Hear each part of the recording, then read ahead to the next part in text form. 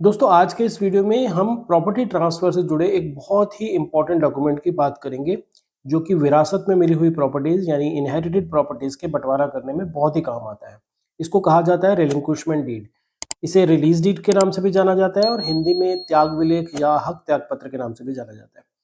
आज हम रिलिंक्विशमेंट डीड से जुड़े सभी मेन पॉइंट्स को डिस्कस करेंगे, जैसे कि रिलिंक्विशमेंट डीड क्या होती है, इसको किन प्रॉपर्टीज के अगेंस्ट बनाया जा सकता है, इसको कौन एग्जीक्यूट करता है और किसके फेवर में एग्जीक्यूट करता है, क्या एक से ज़्यादा व्यक्ति एक ही व्यक्ति के नाम पर रिलिंक्विशमेंट डीड बना सकते हैं, रिलिंक्विशमेंट डीड में क्या क्या चीज़ें मेंशन करनी ज़रूरी हैं, क्या क्या डिटेल्स मेंशन करनी ज़रूरी हैं, इसका रजिस्ट्रेशन का क्या प्रोसेस है, रजिस्ट्रेशन में कितना खर्चा आता है, रजिस्ट्रेशन कंपलसरी है या नहीं है, इस बारे में भी बात करेंगे। क्या रिलिंक्विशमेंट डीड कैंसिल भी की जा सकती है, इसको भी डिस्कस करेंगे। और लास्ट में हम ये भी देखेंगे कि अगर किसी व्यक्ति की एक या एक से ज़्यादा प्रॉपर्टी हैं और अलग अलग शहरों में है तो हम रिलिंक्विशमेंट डीड का क्या उसमें प्रोविजन है उस पर भी हम बात करेंगे। तो सबसे पहले जान लेते हैं कि रिलिंक्विशमेंट डीड क्या होती है। रिलिंक्विशमेंट डीड एक लीगल डॉक्यूमेंट है जिसके थ्रू आपको जो उत्तराधिकार में प्रॉपर्टी मिली होती है, जो इनहेरिटेंस में प्रॉपर्टी मिली होती है, उसके जो को ओनर्स हैं, जो उसके हिस्सेदार हैं, वो आपस में अपनी इच्छा से जो है वो एक दूसरे को प्रॉपर्टी ट्रांसफर कर सकते हैं। इसको एक उदाहरण से समझ लेते हैं कि मान लीजिए किसी व्यक्ति का देहांत हुआ, उसके बाद उनकी प्रॉपर्टी के 3 हिस्सेदार हैं, उनकी पत्नी, उनका बेटा और उनकी बेटी। बेटी मान लीजिए शादीशुदा है, किसी और कंट्री में रहती है और जो पत्नी है वो भी काफ़ी बुजुर्ग हैं।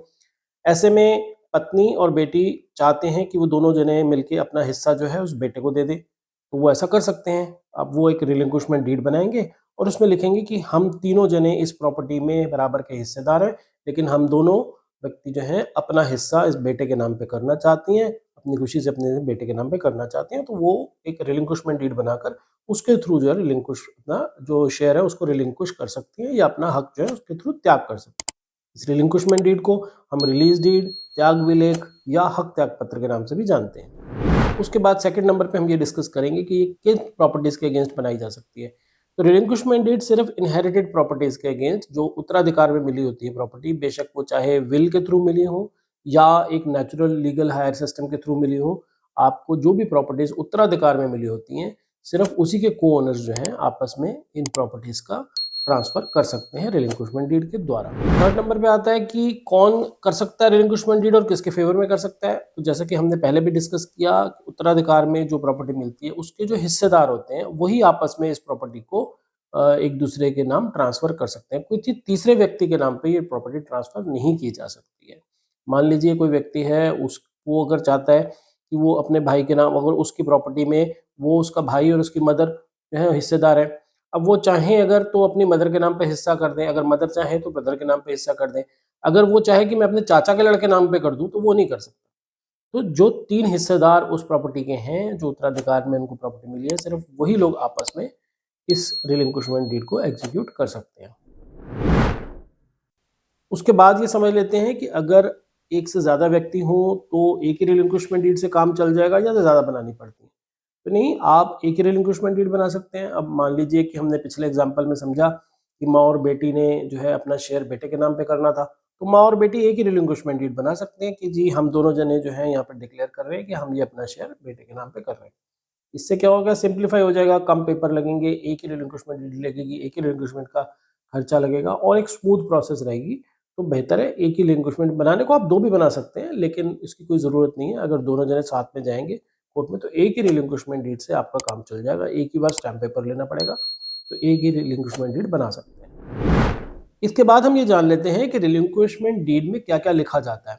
तो रिलिंक्विशमेंट डीड में जो दोनों पार्टीज़ हैं, हक छोड़ने वाली और हक पाने वाली, इन दोनों के नाम, पते, उनके आधार कार्ड, पैन कार्ड, इन सब की डिटेल लिखी जाएगी। उसके बाद उस प्रॉपर्टी की डिटेल लिखी जाएगी जिसके लिए वो रिलिंक्विशमेंट डीड बनाई जा रही है। फिर ये लिखा जाएगा कि इन तीनों जनों को या चारों जनों को, जितनों की भी रिलिंक्विशमेंट डीड बन रही है, जितने भी हिस्सेदार हैं, उनकी पूरी डिटेल लिखी जाएगी। उनको ये प्रॉपर्टी कैसे मिली है। मान लीजिए वो विल के थ्रू मिली है, तो उसकी विल की पूरी डिटेल लिखी जाएगी। मान लीजिए वो लीगल हायर सर्टिफिकेट के थ्रू या सर्वाइवर मेंबर सर्टिफिकेट के थ्रू मिली है, तो उसकी पूरी डिटेल लिखी जाएगी, उनके सर्टिफिकेट के नंबर डाले जाएंगे। जिस व्यक्ति का देहांत हुआ था, जिसकी प्रॉपर्टी थी, उनका डेथ सर्टिफिकेट नंबर वगैरह लिखा जाएगा। तो इस तरह से ये पूरी की पूरी डिटेल लिखी जाएगी और उसमें से लिखा जाएगा कि कौन किसके हिस्से में कितना शेयर जो है वो कर रहा है, वो उनका वो पूरी डिटेल लिखी जाएगी। उसके एवज में कुछ लिया गया है या नहीं लिया गया है ये भी लिखा जाएगा। और उसके हर पेज पे सभी लोग जो हैं वो साइन करेंगे, और जो लास्ट का पेज होता है उस पे 2 विटनेस भी साइन करेंगे, और इसको जो है बाद में रजिस्टर करा लिया जाएगा। तो आप ये किसी भी डॉक्यूमेंट राइटर को या किसी भी एडवोकेट को बोल सकते हैं, इसका बड़ा एक सिंपल सा नॉर्मल फॉर्मेट होता है, उसमें जाकर इसको बनवाया जा सकता है। तो उसके बाद जान लेते हैं कि क्या इसका रजिस्ट्रेशन कराना कंपल्सरी है? तो जी हाँ, इसका रजिस्ट्रेशन कराना कंपल्सरी है, मैंडेटरी है। सेक्शन 17 ऑफ रजिस्ट्रेशन एक्ट 1908 1908 के हिसाब से इसको रजिस्टर कराना बहुत ही ज़रूरी है। अगर आपने इसको रजिस्टर नहीं कराया है तो वो ट्रांसफ़र जो है आपने किया है उसको वैलिड माना ही नहीं जाएगा। किसी भी कोर्ट में इसको एज़ एविडेंस भी नहीं लिया जाएगा। तो बिल्कुल आपको इसको रजिस्ट्रेशन कराना ही पड़ेगा, और इसको रजिस्ट्रेशन कराने में कोई दिक्कत नहीं है। आप अपने सब रजिस्ट्रार के ऑफिस में जाके एक ₹100 के स्टैम्प पेपर पे इसको रजिस्टर करा सकते हैं। आपका ₹100 का ही खर्चा आएगा, प्लस उसके बाद जो वकील जो फीस लेता है बस वही देनी पड़ेगी। तो एक काफ़ी नॉमिनल खर्चे में जो है आपका ये काम हो जाता है। अगर आप इसके बदले अगर गिफ्ट डीड बनवाते या आप सेल डीड करते तो वो काफ़ी एक्सपेंसिव होता है। तो ये काफ़ी एक सस्ता लीगल डॉक्यूमेंट है जिसको बनाकर आप एक लीगली प्रॉपर्टी को ट्रांसफ़र कर सकते हैं। उसके बाद ये बात आती है कि अगर हमने एक बार रिलिंक्विशमेंट डीड बना दी तो क्या उसके बाद कैंसिल भी की जा सकती है? जी हाँ, की जा सकती है कैंसिल। अगर सारी पार्टियाँ म्यूचुअली जो है एग्री हों तो इसको कैंसिल किया जा सकता है। मान लीजिए भाई-बहनों में जो है वो पहले सहमति बन गई इसको रिलिंक्विश करने की, अपना हक त्यागने की, लेकिन बाद में किसी वजह से भी जो है वो चाहते हैं कि नहीं, हमारा जो सेटलमेंट हुआ था वो ठीक नहीं हुआ था, इसको रीसेटल करना है। तो अगर वो सारी पार्टियाँ एग्री हैं तो ये इसको कैंसिल किया जा सकता है, और इसके लिए हमें हमें फिर एक रिवोकेशन ऑफ रिलिंक्विशमेंट डीड बनानी पड़ेगी, और कोर्ट में सबको जाना पड़ेगा और दोबारा जाके वहाँ पर अर्जी देनी पड़ेगी, और इसकी हम रिवोकेशन ऑफ रिलिंक्विशमेंट डीड बनाएंगे और इसको रिवोक किया जा सकता है। उसके बाद हम ये जान लेते हैं कि मान लीजिए कि संपत्ति जो है वो एक नहीं है, एक से ज़्यादा है और अलग-अलग शहरों में है, तो क्या होगा? तो मान लीजिए कि कोई दिल्ली में है, कोई पंजाब में है, कोई महाराष्ट्र में है, कोई केरला में है। मान लीजिए 4 या 5 प्रॉपर्टीज़ हैं, और मान लीजिए एक ही शहर में भी 3-4 प्रॉपर्टी हो सकती हैं, तो भी आप सबकी रिलिंक्विशमेंट डीड अलग-अलग बनाएँगे। क्योंकि इसको बनाना अलग-अलग इसलिए ज़रूरी है कि हर संपत्ति की एक अपनी ट्रांसफ़र की प्रोसेस है। अब मान लीजिए आपकी एक जो संपत्ति दिल्ली में है, अगर आपने सबकी एक ही बना ली, तो उसको अगर वो दिल्ली वाली संपत्ति को आपको आगे कभी किसी को बेचना हो या बैंक को देना हो या कुछ भी और काम करना हो, तो आप जो बाकी संपत्तियाँ हैं उसको भी साथ में जोड़ लेंगे, उसका कोई फ़ायदा नहीं है। इससे बेहतर ये है कि जितनी भी प्रॉपर्टीज़ हैं उन सब की अलग-अलग रिलिंक्विशमेंट डीड बने, हर एक के अपने-अपने डॉक्यूमेंट के साथ वो लग जाए, ताकि एक प्रॉपर्टी का दूसरी प्रॉपर्टी से कोई लिंक ना रहे।